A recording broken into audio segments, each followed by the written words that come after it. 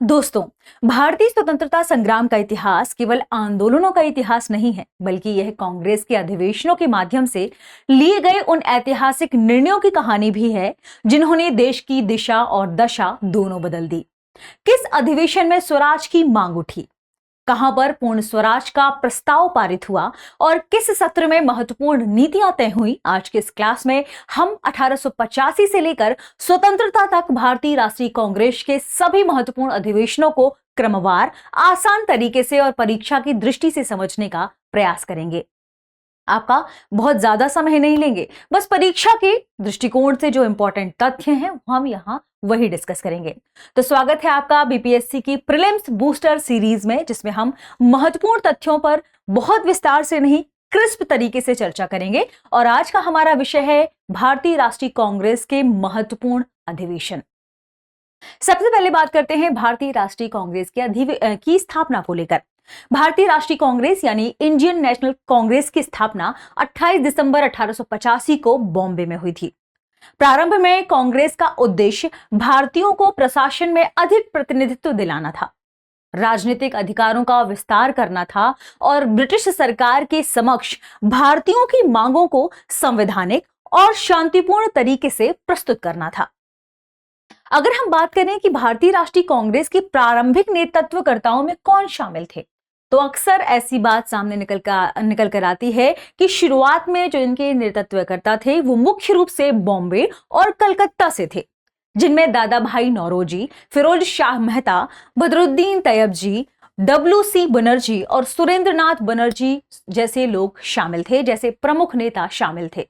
तो आज के सेशन में हम भारतीय राष्ट्रीय कांग्रेस के संदर्भ में महत्वपूर्ण तथ्यों पर चर्चा करेंगे जो आपकी परीक्षा के लिए जरूरी है। सबसे पहले भारतीय राष्ट्रीय कांग्रेस की स्थापना के संदर्भ में आप सभी जानते हैं दिसंबर 1885 बॉम्बे में यानी वर्तमान मुंबई में इसकी स्थापना हुई थी। प्रारंभिक नेतृत्वकर्ता के रूप में मुख्य रूप से बॉम्बे और कलकत्ता के यानी कोलकाता से लोग शामिल थे, जिनमें दादा भाई नौरोजी, फिरोज शाह मेहता, बदरुद्दीन तैयबजी, डब्ल्यू.सी. बनर्जी, सुरेंद्रनाथ बनर्जी, रोमेश चंद्र दत्त और एस सुब्रमण्यम अय्यर जैसे प्रमुख नेता शामिल थे। अगर हम बात करें इसी के संदर्भ में कि ए.ओ. ह्यूम की इसमें क्या भूमिका थी, ए.ओ. ह्यूम की भूमिका के संदर्भ में ध्यान रखिएगा। एक सेवानिवृत्त ब्रिटिश अधिकारी ए.ओ. ह्यूम ने इसमें विभिन्न क्षेत्रों के भारतीयों को एक साथ लाने में महत्वपूर्ण भूमिका निभाई थी। ये सबसे बड़ी बात है कि ब्रिटिश की तरफ से कोई व्यक्ति है जो भारत में एक साथ कई विभिन्न क्षेत्रों के भारतीयों को एक साथ लाने का प्रयास कर रहा है। अगर बात करें राष्ट्र निर्माण के संदर्भ में, तो भारतीय राष्ट्रीय कांग्रेस का गठन राष्ट्र निर्माण की प्रक्रिया को बढ़ावा देने की दिशा में एक ठोस प्रयास के रूप में किया गया था। ठीक है, ध्यान रखिएगा। अब क्षेत्रीय पहुंच, हमने पहले भी कहा कि देश के विभिन्न क्षेत्रों के स्तर से लोग आ पाए एक साथ और भारतीय स्वतंत्रता के लिए एक साथ काम कर पाए, इसके लिए इसे शुरू किया गया था। तो देश के सभी क्षेत्रों तक पहुंच बनाने के लिए यह निर्णय लिया गया कि कांग्रेस के सत्रों का आयोजन देश के विभिन्न हिस्सों में रोटेशन के आधार पर यानी बारी बारी से किया जाएगा, रोटेशन के आधार पर किया जाएगा। और अध्यक्ष के पद को लेकर भी एक निर्णय लिया गया कि जिस क्षेत्र में कांग्रेस का अधिवेशन चल रहा है उस क्षेत्र के व्यक्ति को उसका अध्यक्ष नहीं चुना जाएगा, यानी अधिवेशन का अध्यक्ष उस क्षेत्र से भिन्न क्षेत्र का होगा जहां कांग्रेस सत्र का आयोजन किया जा रहा है। अब आगे बढ़ते हैं और विस्तार से चर्चा करते हैं क्रिस्प शब्दों में कांग्रेस के प्रमुख अधिवेशनों के बारे में। प्रथम अधिवेशन हुआ था 1885 में बॉम्बे में, अध्यक्ष थे डब्ल्यू.सी. बनर्जी। और इनका महत्व क्या है, इस अधिवेशन का, पहले अधिवेशन का महत्व क्या है? भारतीय राष्ट्रीय कांग्रेस की यहां औपचारिक स्थापना होती है। दूसरा अधिवेशन होता है 1886 में कलकत्ता में और इसके अध्यक्ष थे दादा भाई नौरोजी। तीसरा अधिवेशन होता है 1887 में मद्रास में, जिसके अध्यक्ष थे सैयद बदरुद्दीन तैयबजी। और महत्वपूर्ण क्यों था ये? क्योंकि पहली बार जो अध्यक्ष बने थे वो प्रथम मुस्लिम अध्यक्ष के रूप में चयनित हुए थे। अगला अधिवेशन होता है चतुर्थ अधिवेशन 1888 में इलाहाबाद में, जिसके अध्यक्ष थे जॉर्ज यूल। महत्वपूर्ण क्यों है यह अधिवेशन? क्योंकि प्रथम ब्रिटिश यानी अंग्रेज इसमें अध्यक्ष बनाए गए थे। अगला अधिवेशन होता है 1896 का अधिवेशन कलकत्ता में, अध्यक्ष थे रहीमतुल्लाह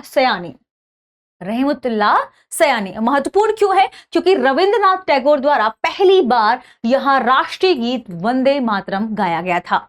अगला अधिवेशन होता है 1899 का अधिवेशन लखनऊ में और अध्यक्ष थे रोमेश चंद्र दत्त। और महत्वपूर्ण क्यों है ये? क्योंकि यहां भू राजस्व के स्थायी निर्धारण फिक्सेशन की मांग की गई थी।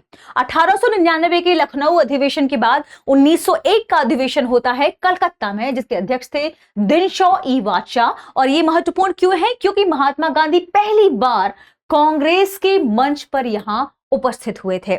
अगला अधिवेशन है 1905 का अधिवेशन, जो होता है बनारस में।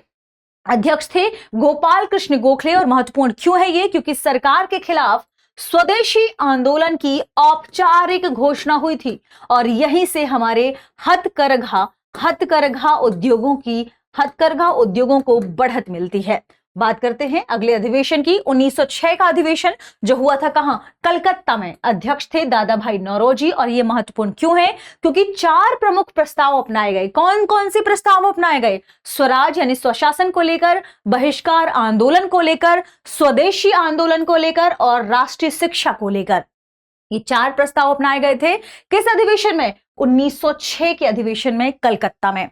अगला अधिवेशन होता है 1907 का अधिवेशन, जो होता है सूरत में, और जहां पर अध्यक्ष बनाए गए थे रास बिहारी बोस। और बिल्कुल ये वही अधिवेशन था जहां कांग्रेस का विभाजन होता है। तो कांग्रेस का विभाजन होता है नरम दल और गरम दल के रूप में, और यहां सत्र का स्थगन होता है। अगला अधिवेशन होता है 1910 का अधिवेशन, इलाहाबाद में हुआ था। अध्यक्ष थे सर विलियम बेडरबर्न। और महत्वपूर्ण क्यों है ये? क्योंकि यहां पर एमए जिन्ना ने 1901 के अधिनियम द्वारा शुरू की गई जो पृथक निर्वाचन प्रणाली थी उसकी कड़े शब्दों में निंदा की थी। अगला अधिवेशन होता है 1911 का अधिवेशन, कलकत्ता में ही होता है, ध्यान रखिएगा। इसके अध्यक्ष थे BN धर। और महत्वपूर्ण क्यों है ये? क्योंकि कांग्रेस अधिवेशन में पहली बार जनगण मन का गाना गाया गया। जनगण मन का गाना जो था वहां पर प्रस्तुत हुआ। फिर 1915 का अधिवेशन, जो होता है बॉम्बे में। अध्यक्ष थे सर SP सिन्हा। और महत्वपूर्ण क्यों है? क्योंकि गरम दल यानी जो उग्रवादी धड़े थे, उग्रवादी दल था, उसके प्रतिनिधियों को प्रवेश देने के लिए कांग्रेस के संविधान में बदलाव किया गया था। ठीक है। अगला अधिवेशन होता है 1916 का अधिवेशन, लखनऊ अधिवेशन। ध्यान रखें, इंपॉर्टेंट अधिवेशनों में से एक है। अध्यक्ष थे AC मजूमदार। महत्वपूर्ण क्यों है ये? क्योंकि कांग्रेस के दोनों धड़ जो नरम दल और गरम दल में डिवाइड हो गए थे, किस अधिवेशन में? कमेंट में बताइए जल्दी। उनमें पुनः एकता आ गई और राजनीतिक आम सहमति बनाने के लिए कांग्रेस और मुस्लिम लीग के बीच कौन सा समझौता होता है? लखनऊ समझौता होता है। ठीक है, कौन सा समझौता होता है कांग्रेस और मुस्लिम लीग के बीच? लखनऊ समझौता, लखनऊ पैक्ट पर हस्ताक्षर होते हैं। अगला अधिवेशन है 1917 का अधिवेशन, जो कि कलकत्ता में हुआ। अध्यक्ष थी उनकी एनी बेसेंट। इसलिए महत्वपूर्ण है क्योंकि कांग्रेस की प्रथम महिला अध्यक्ष बनी थी। ठीक है, तो 1917 का कांग्रेस अधिवेशन क्यों महत्वपूर्ण है? क्योंकि कांग्रेस की प्रथम महिला अध्यक्ष बनी थी। अगला है 1918 का अधिवेशन, जिसे विशेष अधिवेशन के रूप में भी जाना जाता है। यह होता है बॉम्बे में। अध्यक्ष से सैयद हसन इमाम। ध्यान रखें, सैयद हसन इमाम। महत्वपूर्ण क्यों है? क्योंकि यह सत्र विवादास्पद मोंटेग्यू चेम्सफोर्ड सुधार जो योजना थी उस पर विचार विमर्श करने के लिए बुलाया गया था। आप जानते हैं मोंटेग्यू चेम्सफोर्ड सुधार योजना के बारे में 2 लोगों ने मिलकर ये योजना बनाई थी। मुख्य रूप से जो आपने देखा था कि भारतीयों को प्रतिनिधित्व देने की बात कही गई थी, लेकिन वास्तव में ऐसा कुछ भी नहीं देखने को मिला, ना कोई उत्तराधिकार मिला, और इसे लेकर फिर बाद में इसका विरोध भी किया गया था। अगला बात करते हैं अधिवेशन की। 1919 का अधिवेशन अमृतसर में हुआ। अध्यक्ष थे मोतीलाल नेहरू। महत्व क्यों है इसका? क्योंकि कांग्रेस ने खिलाफत आंदोलन को अपना समर्थन दिया था। अगला अधिवेशन होता है 1920 का विशेष अधिवेशन, कलकत्ता में। अध्यक्ष थे लाला लाजपत राय। महत्वपूर्ण क्यों है? क्योंकि महात्मा गांधी ने असहयोग आंदोलन यानी नॉन कोऑपरेशन का प्रस्ताव पेश किया था।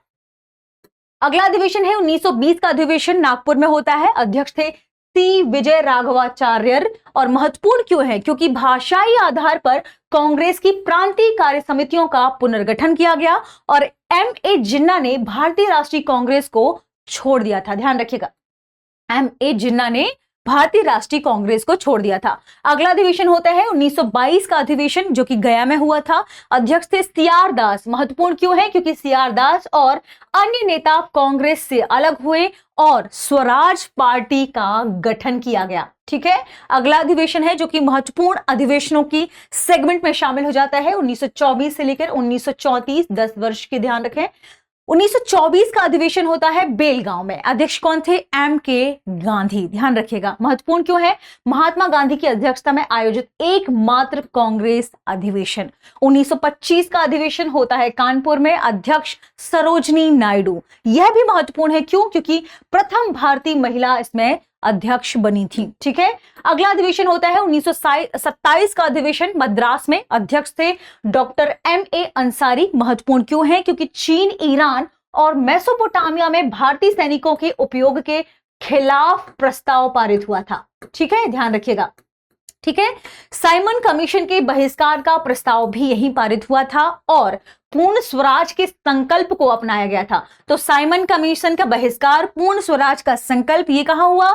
1927 का अधिवेशन जो हुआ था, कहां?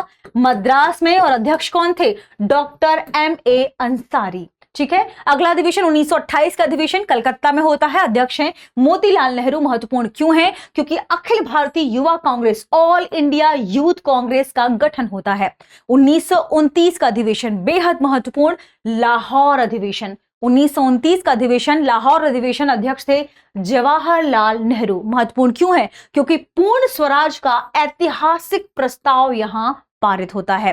पूर्ण स्वतंत्रता के लिए सविनय अवज्ञा आंदोलन शुरू करने का यहां निर्णय लिया जाता है। इतना ही नहीं, 26 जनवरी को स्वतंत्रता दिवस के रूप में मनाने की घोषणा होती है। कहां पर? लाहौर अधिवेशन 1929 में। अगला अधिवेशन है 1931 का अधिवेशन, जो कि होता है कराची में और जिसके अध्यक्ष थे वल्लभ भाई पटेल। ध्यान रखिएगा, महत्वपूर्ण क्यों है? क्योंकि मौलिक अधिकारों और राष्ट्रीय आर्थिक कार्यक्रम पर प्रस्ताव यहां पर पारित हुआ था। इसके अलावा गांधी इरविन समझौते का समर्थन हुआ था। लंदन में होने वाले जो द्वितीय गोलमेज सम्मेलन है, सेकंड राउंड टेबल कॉन्फ्रेंस है, उसमें प्रतिनिधि के रूप में गांधी जी को नामित किया गया। किस अधिवेशन में? 1931 का कराची अधिवेशन में। अगला अधिवेशन है 1934 का अधिवेशन, जो कि होता है बॉम्बे में, जिसके अध्यक्ष थे राजेंद्र प्रसाद। और महत्वपूर्ण क्यों है? क्योंकि कांग्रेस के संविधान में संशोधन किया गया था। महत्वपूर्ण अधिवेशनों का अगला पार्ट, अभी तक हमने 34 तक दिया था 10 वर्ष का, अब ये 36 से 46 10 वर्ष का अधिवेशन के संदर्भ में हम चर्चा करते हैं। 1936 का अधिवेशन होता है कहां? लखनऊ में। अध्यक्ष थे जवाहरलाल नेहरू। और महत्वपूर्ण क्यों है? क्योंकि जवाहरलाल नेहरू द्वारा समाजवादी विचारों को यहां बढ़ावा दिया गया था। ठीक है, अगला अधिवेशन होता है 1937 का अधिवेशन, कहां होता है? फैजपुर में। अध्यक्ष कौन थे? जवाहरलाल नेहरू। महत्वपूर्ण क्यों है? क्योंकि किसी गांव में आयोजित होने वाला कांग्रेस का यह पहला अधिवेशन था। कहां हुआ था? फैजपुर में, किसी गांव में पहली बार हुआ। अगला अधिवेशन है 1938 का अधिवेशन, जो कि होता है हरिपुरा में। अध्यक्ष थे सुभाष चंद्र बोस। महत्वपूर्ण क्यों है? जवाहरलाल नेहरू की अध्यक्षता में राष्ट्रीय योजना समिति, नेशनल प्लानिंग कमीशन की स्थापना की गई थी। वही नेशनल प्लानिंग कमीशन की हम बात कर रहे हैं, जिसके एवज में अब नीति आयोग काम कर रहा है। ठीक है, वो कब आया था? किस अधिवेशन में आया था? ध्यान रखें, हरिपुरा अधिवेशन में। अगला है 1939 का अधिवेशन, जो कि होता है कहां? त्रिपुरी में। कहां होता है? त्रिपुरी में। अध्यक्ष थे राजेंद्र प्रसाद। महत्वपूर्ण क्यों है त्रिपुरा अधिवेशन? ध्यान रखिएगा, क्योंकि सुभाष चंद्र बोस पुनः निर्वाचित हुए, लेकिन उन्हें इस्तीफा देना पड़ा और उनके स्थान पर राजेंद्र प्रसाद को अध्यक्ष नियुक्त किया गया। सुभाष चंद्र बोस ने फॉरवर्ड ब्लॉक का गठन किया। ध्यान रखिएगा, अगला अधिवेशन है 1940 का अधिवेशन, जो कि होता है रामगढ़ में। अध्यक्ष थे अबुल कलाम आजाद। महत्वपूर्ण क्यों है? क्योंकि उपयुक्त समय और परिस्थितियों के अनुसार सविनय अवज्ञा आंदोलन शुरू करने का निर्णय लिया गया। ठीक है, अगले अधिवेशनों की बात करते हैं तो ध्यान रखिएगा 1941 से 1945 की जो अवधि थी, इसमें कोई अधिवेशन नहीं हुए थे, क्योंकि उस समय देश में कई नेशनल मूवमेंट्स चल रहे थे। ठीक है, तो 1941 से 45 की अवधि कोई अधिवेशन नहीं। मुख्य घटनाएं कौन कौन सी थी? यह अवधि भारत छोड़ो आंदोलन, शाही नौसेना विद्रोह यानी RIN म्यूटिनी और आजाद हिंद फौज के मुकदमों जैसी घटनाओं से चिन्हित थी। संवैधानिक वार्ताओं के संदर्भ में ध्यान रखिएगा, इसमें क्रिस्प मिशन, वेवेल योजना और कैबिनेट मिशन जैसी संवैधानिक वार्ताओं के चरण भी आगे बढ़े थे। इसके अलावा परिणाम क्या निकलकर सामने आया था? इन असाधारण राष्ट्रीय घटनाओं के कारण इस अवधि के दौरान कोई कांग्रेस अधिवेशन आयोजित नहीं हो सका।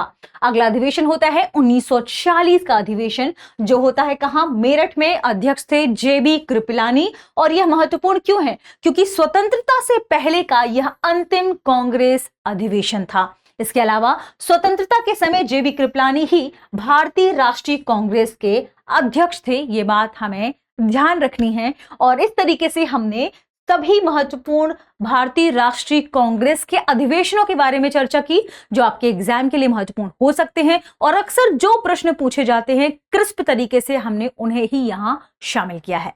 मिलते हैं अगले एपिसोड में। पढ़ते रहिए, रिवीजन करते रहिए। बीपीएससी प्रीलिम्स बूस्टर सीरीज को जरूर ध्यान रखिएगा, फॉलो करिएगा। इसके अलावा आपके मैथ्स को यानी सीसेट को ध्यान में रखते हुए हम एक लाइव सेशन लेकर आ रहे हैं 10 जुलाई को, तो वो आप लाइव सेशन देखना ना भूलें, जो कि मैथ्स रीजनिंग यानी मुख्य रूप से सीसेट से संबंधित है। ठीक है, ध्यान रखिएगा, ये सेशन होगा लाइव। ठीक है, इसके अलावा दृष्टि BPSC and JPSC YouTube channel को सब्सक्राइब कर लीजिएगा। बेहद शुक्रिया। अब एग्जाम की तैयारी को और बेहतर करने के लिए हमारे चैनल को लाइक, शेयर और सब्सक्राइब करना ना भूलें।